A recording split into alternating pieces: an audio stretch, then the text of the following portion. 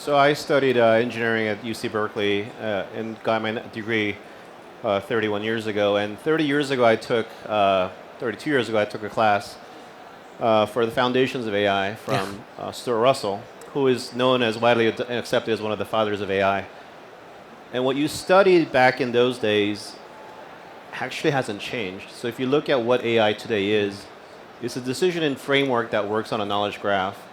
And computational graph theory is kind of the root of all this. So if anyone that's a computer scientist probably studied Dijkstra's algorithms and Shannon's information theory. Exactly. There's a lot of these techniques that were actually published in the 60s.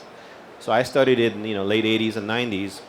And the books are there and the techniques are well known. So there's nothing preventing anybody that's a budding sort of a teenager to actually study the right type of math, right type of foundations to really truly understand what's actually possible with AI.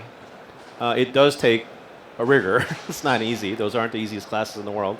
However, what's different now versus then is the computers have gotten a billion times faster. The networks have gotten a billion times faster.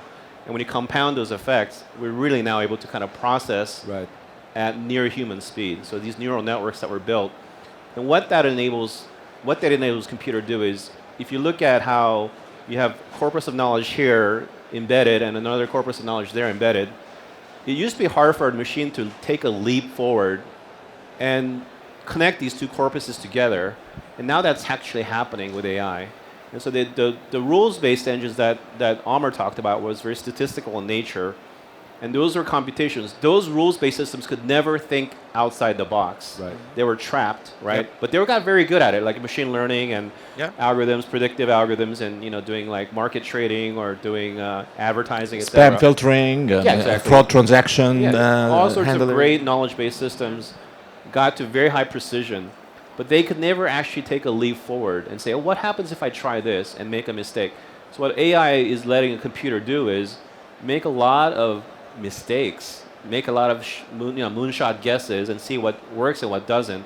And when it works, it actually spans a very big chasm at machine speed. And this is what the foundations of Gen AI is all about. And it's applied to voice, it's applied to video, it's applied to languages. And we're just kind of scratching the surface of what this means.